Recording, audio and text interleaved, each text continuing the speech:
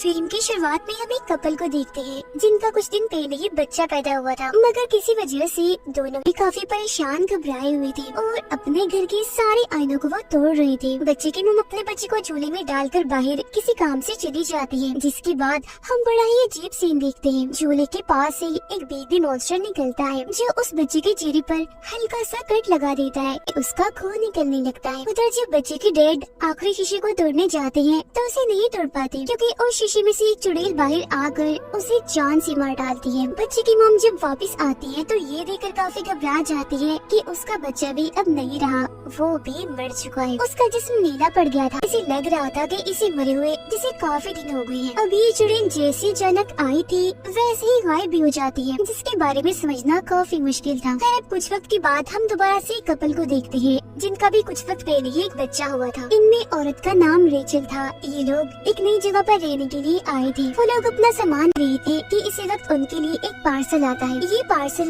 Rachel की मोम ने भेजा था, जिसमें कुछ डब्बे और खिलौने थे जो रेचल की बहन और उसके बच्चे के थे। रेचल की बहन और कोई नहीं बल्कि वही औरत थी जिसमें देखा था, और उसी के बच्चे और हस्बैंड के साथ सब हुआ था, यानी चुड़ैल और बेबी मॉन्स्टर ने उन्हें मार दिया। अब उनके साथ हुआ क्या था ये तो हम जानते हैं, मगर क्यों, इस सवाल का जवाब हमें कहानी में आगे जाकर मिलेगा। सामान को देखकर रेचल खुश नहीं होती, ये सोचकर कि मेरी मॉम ने मेरे बच्चे के लिए पुराना सामान भेज दिया और उस बच्चे के खिलौने जो मर चुका है। इस पर उसका हस्बैंड कहता है जो तुम्हारी बहन के साथ हुआ वो एक हादसा था, और अब अगर हम उन चीजों को वहम ना बनाए तो ही अच्छा है। इन चीजों में किताब भी थी जिसमें एक दूसरी जुबान में कुछ लाइन्स लिखी हुई थी, कुछ तस्वीरें थी और एक धुन भी बनी हुई थी। अब रेचल को तो ये जुबान समझ नहीं आती थी, मगर उसके हस्बैंड को थोड़ी बहुत आती थी, इसीलिए वो किताब को चेक करके बताता है कि ये जो लाइन्स और धुन है ये ललाबाई है, एक लोरी है। अब रेचल उसे गुनगुनाने लगती है, मगर एक कॉल की वजह से वो चुप हो जाती है और किताब को बंद कर देती है। अब कुछ दिन ऐसे गुजर जाते हैं।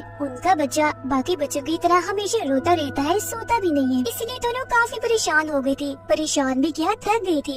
ये सोचकर कि बच्चों को पालना आसान नहीं होता, दोनों ही अपने अपने काम से छुट्टी लेकर अपने बच्चे का ख्याल रख रही थी। रेचल एक बिजनेसमैन थी, जबकि उसका हस्बैंड एक आर्टिस्ट होता है। आज उसकी आर्ट्स, उसकी कला की एग्जीबिशन थी, यानी उसकी नुमाइश हो रही थी, इसीलिए उसका हस्बैंड काम पर चला जाता है और रेचल अकेली उसका ख्याल रखती है। वो उसे चुप करवा कर शांत करके सुलाने की कोशिश करती है, मगर वो सोता ही नहीं। फिर जब वो उसके लिए बेडशीट निकाल रही थी तो उसे वही किताब मिलती है जिसमें वो लोरी लिखी गई थी। उसे अब जैसे रेचल गुनगुनाती है तो उसका बच्चा अब बड़े ही आराम से सो जाता है। पर ठीक इसी वक्त पर हम देखते हैं कि घर के एक शीशे पर दरारें पड़ रही है, जो काफी अजीब था। रात को जब उसका हस्बैंड काम से लौटता है तो रेचल उसे बताती है कि मैंने बेबी को ललाबाई लोरी सुनाई और वो बड़े आराम से सो गया, जिससे वो भी काफी खुश हो जाता है। इसके बाद वो दोनों सो जाते हैं, जिनके पास में बेबी स्क्रीन रखी हुई थी जो उनके बच्चे के कमरे की थी। जहाँ तभी अचानक एक चुड़ैल झूले के पास से निकलकर उसके पास आने लगती है। रेचल को महसूस होने लगता है कि बच्चे के कमरे में कोई है,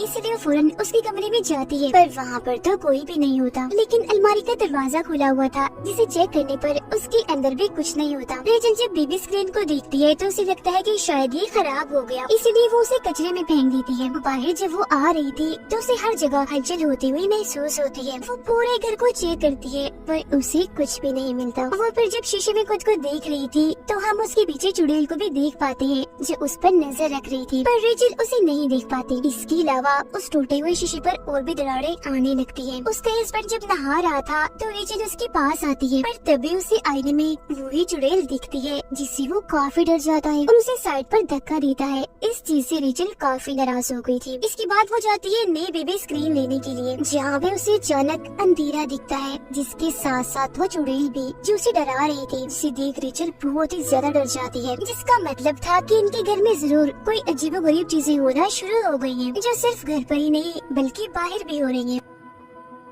अब वो जो चुड़ैल थी वो शीशे के अंदर से ही रेचल और उसके बच्चे पर नजर रख रही थी और दरारें भी उस पर बढ़ती ही जा रही थी। अब रेचल को अपने बच्चे के कमरे से उसके रोने की आवाजें आने लगती है, मगर हैरत वो तो उसके पास ही था। इसीलिए घबराते हुए वो उसका कमरा चेक करने जाती है, जहाँ झूले में एक और बच्चा रो रहा था। वो जैसे कंबल हटाती है तो वहाँ कोई बच्चा नहीं बल्कि खिलौना था। वो इन सब चीजों से काफी डर गई थी और आस पास के दरवाजे भी क्योंकि अपने आप ही खुल रहे थे बंद हो रही थी, तो वो घर से बाहर जाकर बैठ जाती है। फिर उसका हस्बैंड जब घर आता है तो वो उसे भी बताती है कि मुझे बहुत डर लग रहा है, शायद घर के अंदर कोई है। तो अब एक रॉड लेकर अंदर जाकर वो चेक करने लगता है, पर उसे भी वहाँ कोई नहीं दिखता। पर हड़बड़ी में उसका तोता अपने पिंजरे से बाहर आकर वहाँ उड़ने लगता है और गलती से वो उस तोते को मार देता है। अब ये तोता बचपन से उसके साथ था, इसीलिए वो काफी दुखी हो गया था। जी हाँ, तभी आकर रेचल उसे संभालती है। वो उसे कहती है कि शायद इस सब में मेरी गलती है, मैं भी अपनी बहन की तरह पागल हो रही हूँ। जिस पर वो उसे समझाता है कि इसमें तुम्हारी कोई गलती नहीं है, तुम्हारी बहन तो पूरी ही पागल हो गई थी,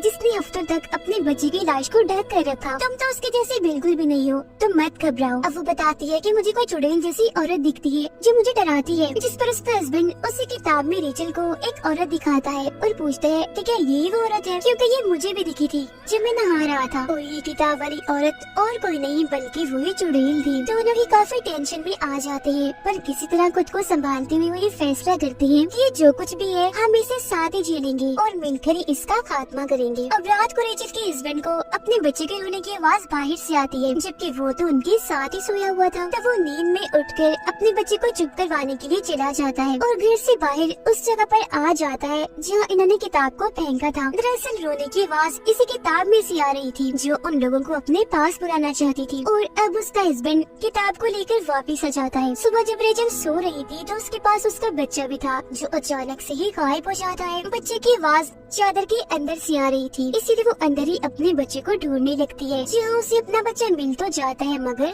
मरा हुआ, जो देख वो काफी घबरा गई थी, जबकि असल में उसका बच्चा बिल्कुल ठीक था, जिसे देखकर उसकी जान में जान आती है। अगले दिन उसका हस्बैंड अपने बच्चे को लेकर चला जाता है क्योंकि आज रेचल ने किसी जरूरी काम से जाना था। रेचल का हस्बैंड अब एक चर्च में जाता है जहाँ आकर उसकी मुलाकात एक प्रीस्ट से होती है, जबकि दूसरी तरफ हम रेचल को एक मेंटल हॉस्पिटल में जाता हुआ देखते हैं जहाँ उसकी बहन थी। रेचल का हस्बैंड उस प्रीस्ट को सब कुछ बताता है जिन चीजों का उन्हें सामना करना पड़ रहा था, और वो किसी एक्सोर्सिस्ट के बारे में पूछता है जो भूत प्रेत को कंट्रोल करने की माहिर होती है ताकि उन्हें कोई मदद मिल सके। ये सारी बातें सुनकर प्रीस्ट उसे कहती है कि बिल्कुल यही सब रेचल की बहन भी पूछती हुई आई थी, और अब वो उस किताब को देखकर उसके बारे में बताने लगती है। उधर रेचल भी अपनी बहन को सब कुछ बता देती है, जो सुनकर वो कहती है कि क्या तुमने वो ललाबाई लोरी तो नहीं गाई, जिस पर रेचल हाँ में जवाब देती है, जो सुन उसकी बहन डर जाती है और कहती है कि मैंने वो सारा सामान लॉक करके रख दिया था ताकि वो किसी को भी ना मिल सके, मगर वो तुम तक आ गया है, लोरी भी तुमने गा ली है तो अब बहुत बुरा होगा। और अब रेचल की बहन और प्रीस्ट उस किताब के बारे में बताने लगते हैं। तो यहाँ अब सामने आएगी उस चुड़ैल और लोरी की कहानी। अब जैसा कि हम जानते हैं कि दुनिया बनने से पहले गॉड ने सबसे पहले एडम और ईव को बनाया था, पर अक्सर लोगों का कहना है कि उनसे पहले गॉड ने एक औरत को बनाया था जिसका नाम लिलिथ था, जो कि बहुत ही खूबसूरत थी। अब एडम ने एक खास किस्म की लोरी बनाई जो सुनकर लिलिथ हमेशा उनके पास आ जाया करती थी। लिलिथ उनके साथ रहना चाहती थी, मगर ईव की वजह से वो उसके साथ नहीं रहना चाहती थी, और लिलिथ की इसी गलती की वजह से उसे उस जगह से निकालकर जंगल में छोड़ दिया गया, जिसके बाद वो जंगलों में भटकती रही और वुल्व्स भेड़ियों के साथ रहने लगी, जिसके बाद उसने जन्म दिए डिफॉर्म बच्चे जो किसी भी तरह इंसान नहीं दिखती थी। वो नॉर्मल नहीं थी क्योंकि वो बस थोड़े बहुत इंसान थे, बाकी वुल्फ जैसी थी। फिर जब एडम और ईव के बच्चे पैदा हुए तो क्योंकि वो इंसान और प्यारे भी थे तो उनके बच्चों से लिलिथ को जलन होने लगी, इसीलिए उसने उनके बच्चे चुराना शुरू कर दिए, जिसके बाद नस्ल दर नस्ल यही चलता रहा। और इस नस्ल में कोई खास किस्म के बच्चे नहीं थे बल्कि पूरे इंसानी नस्ल के बच्चे थे जो कि एडम और ईव से पैदा हुए थे। ऐसा होने की वजह से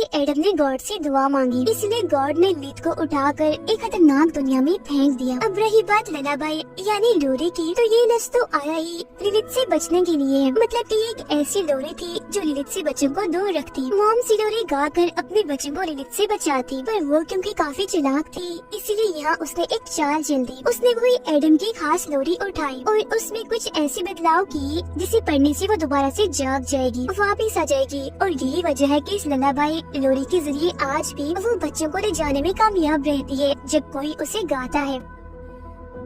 उसकी बहन कहती है कि मैं तुम्हारे बच्चे को बचा सकती हूँ, बस मुझे यहाँ से निकालो, जिसके लिए रेचल मान जाती है। उधर रेचल का हस्बैंड उस प्रीस्ट से मदद मांगता है, जिस पर वो कहती है ये सिर्फ कहानियाँ हैं, झूठी दास्तान है, सच नहीं है, तो इसमें मैं तुम्हारी कोई मदद नहीं कर पाऊंगी और तुम भी रिलैक्स हो जाओ। जो सुनकर गुस्से में उसका हस्बैंड यहाँ से चला जाता है। घर आकर वो देखता है कि बाथरूम की सारी टैप्स टूटियां खुली हुई है जिनमें से पानी आ रहा था। तो वो अपने बच्चे को कमरे में छोड़कर उन्हें बंद करने वॉशरूम में चला जाता है, जहाँ तभी दरवाजा अचानक बंद हो जाता है। बाहर उसका बच्चा अकेला था, जहाँ तभी उसके पास बेबी मॉन्स्टर आता है, जो कि और कोई नहीं बल्कि लिलित के बच्चे हैं। और शुरुआत में भी झूले के पास हमने जिस बेबी मॉन्स्टर को देखा था जिसने बच्चे के चेहरे पर कट लगाया था, वो भी और कोई नहीं बल्कि लिलित का ही बच्चा था, क्योंकि ये भी दरअसल इंसान के बच्चों को पसंद नहीं करते थे। अब वो रेचल के बच्चे के सामने शीशे का एक बर्तन तोड़ देती है, जिससे बच्चे के सामने ढेर सारा कांच बिखर जाता है, जिससे कि उसे किसी भी वक्त लग सकता था। उधर बाथरूम में रेचल के हस्बैंड को भी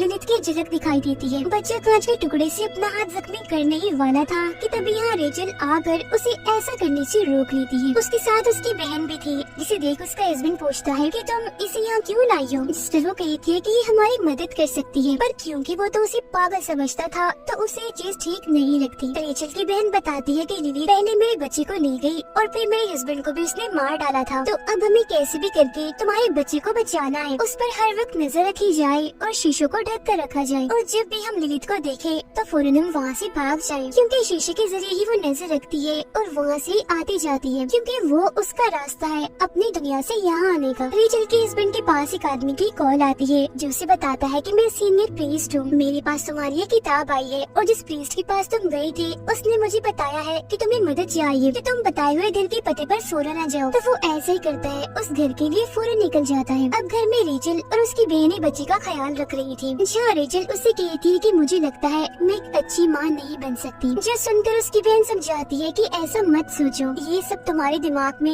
लिलित ने डाला है, ये उसकी चाल है, क्योंकि ऐसा करके वो तुम्हारे भरोसे को तोड़ना चाहती है, जिसके बाद वो आसानी से तुम्हारे बच्चे को ले जाएगी। तो इसीलिए तुम्हें हिम्मत और भरोसा रखना होगा। रेचल का हस्बैंड दिए हुए पते पर पहुंचकर सीनियर प्रीस्ट से मिलता है, जो किताब चेक करके उसे बताती है कि इसमें जो लोरी लिखी है वो किसी ने गाई है। जिस तरह कहता है कि हाँ मेरी वाइफ रेचल ने गाई थी, जिसके जवाब में प्रीस्ट कहते हैं कि इस वजह से अब तुम्हारा बच्चा लिलित की नजर में है, तो सबसे पहले तुम्हें अपने बच्चे को लिलित से बचाना है। और हाँ, वो बच्चे को सीधा डायरेक्ट आकर नहीं ले जाती, उसे नहीं मारती, बल्कि उसका प्रोसेस किसी रिचुअल जादू की तरह होता है, जिसे पूरा करके ही वो बच्चे तक पहुंच सकती है। इस रिचुअल में 3 स्टेप्स होते हैं, जिनके पूरा होते ही इस दुनिया का दरवाजा खुलता है और वो आ जाती है। पहला स्टेप था उस लोरी को गाना, फिर दूसरा घर में किसी जानवर परिंदे का खून देना, जिस पर फौरन रेचल का हस्बैंड कहते हैं कि हाँ मेरे तोते का खून बहा था, वो मर गया है, जिसका मतलब था कि आखिरी तीसरा स्टेप ही बचा है रिचुअल पूरा होने में, और वो है उनके बच्चे का एक बूंद खून बहना। जब ऐसा होगा तो लिलित उसे लेने आ जाएगी, यानी कि शुरुआत वाले बच्चे को जो कट लगा था उसके खून बहने की वजह से ही लिलित उसे ले जा पाई थी। और ये सब और कोई नहीं बल्कि लिलित के बच्चे करते हैं, और उन्होंने रेचल के बच्चे के सामने भी ग्लास का बर्तन इसलिए तोड़ा था ताकि उसका खून बहे और रिचुअल पूरा होते ही लिलित आकर उसे ले जाए।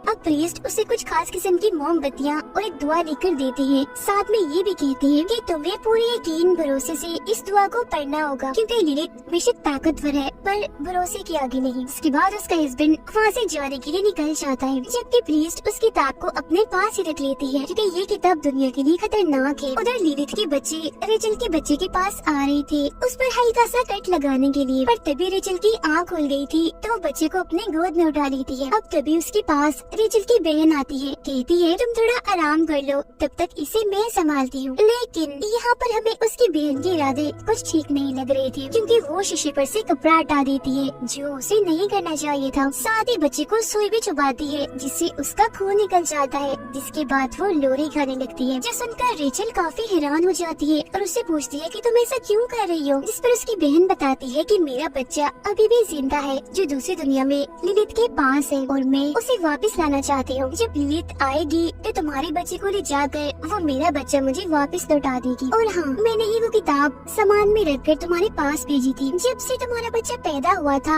मैं इसी वक्त का इंतजार कर रही थी, जिससे साफ जाहिर था कि उसकी बहन ही उसकी दुश्मन बन गई, यानी कि ये भी एक जलन ही थी। रेचल को अपनी बहन का ये रूप देखकर बहुत गुस्सा आ गया था, इसीलिए वो उस पर हमला कर देती है। उनकी हाथापाई हो रही थी कि इसी बीच लिलित आकर रेचल के बच्चे को अपने साथ ले जाती है। इसके बाद रेचल के पीछे उसकी बहन आकर उसे शीशे शीशी में खींचकर ले जाती है, जो दरअसल उसे लिलित की दुनिया में ले आई थी। उधर जब उसका हस्बैंड घर आ रहा था तो लिलित उस पर भी हमला कर देती है, पर वो जैसी तैसी करके बच जाता है। अंदर जब वो आता है तो उसे शीशे में रेचल दिखती है, जो अगले ही पल गायब हो गई थी। इसीलिए वो सारी मोमबत्तियों को जलाकर सारे शीशों को चेक करने लगता है। लिलित की दुनिया में उसकी बच्ची रेचल पर हमला कर देती है, पर वो जैसी तैसी उनसे बच जाती है। जहाँ तभी उसके पास उसकी बहन आकर कहती है कि अपने बच्चे को बुलाओ पूरे यकीन से, क्योंकि ऐसा करके ही हम उसे ढूंढ पाएंगे और दोनों बच्चों को बचा पाएंगे। अब रेचल जैसे अपने बच्चे का नाम लेती है तो उसे उसकी आवाज भी आने लगती है, जिसका वो पीछे करने लगती है। लिलित फिर रेचल के हस्बैंड पर हमला करने के लिए आती है और उन मोमबत्तियों को भी बुझा देती है, मगर जब वो दुआएं पढ़ने लगता है वो पूरे यकीन के साथ तो मोमबत्तियाँ दोबारा से जल जाती है,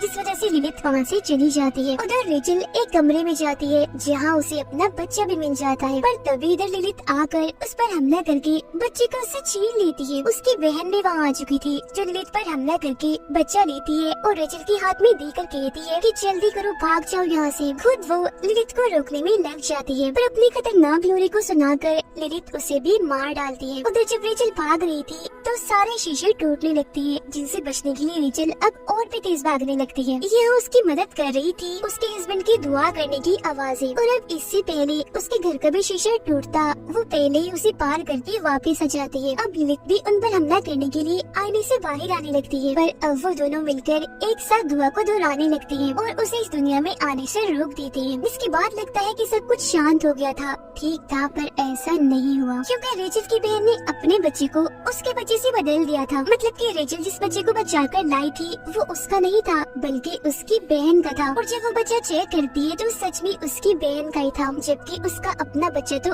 अभी भी लिलित की दुनिया में उसके पास था, जो देखकर वो बहुत ही ज्यादा दुखी हो जाती है। और अब यहाँ उसकी बहन का मकसद तो पूरा हो गया था, वो सिर्फ अपने बच्चे को ही बचाना चाहती थी, जिसका मतलब साफ था कि वो सच में ही पागल हो गई थी। बेशक खुद भी वो एक माँ थी, पर उसने इस बात का रियाज नहीं रखा कि उसकी बहन भी एक बच्चे की माँ है। इसके बाद हम देखते हैं कि रेचल का हस्बैंड उस किताब को चुराकर रेचल के पास ले आता है, क्योंकि अब ये दोनों अपने बच्चे को वापस लाने के लिए लिलित की दुनिया में जाना चाहते थे। पर अब उनका सामना सिर्फ लिलित से ही नहीं बल्कि किसी और से भी होगा, और वो थी वहाँ बनने वाली एक नई चुड़ैल, जो और कोई नहीं बल्कि रेचल की बहन थी। जी हाँ, और अब उसके पास ही रेचल का बच्चा है, जिसका मतलब था कि अब चीजें पहले से भी कई भयानक और खतरनाक होने वाली है। और बस इसी ड्राउनी एंडिंग के साथ ही ये कहानी इधर ही खत्म हो जाती है।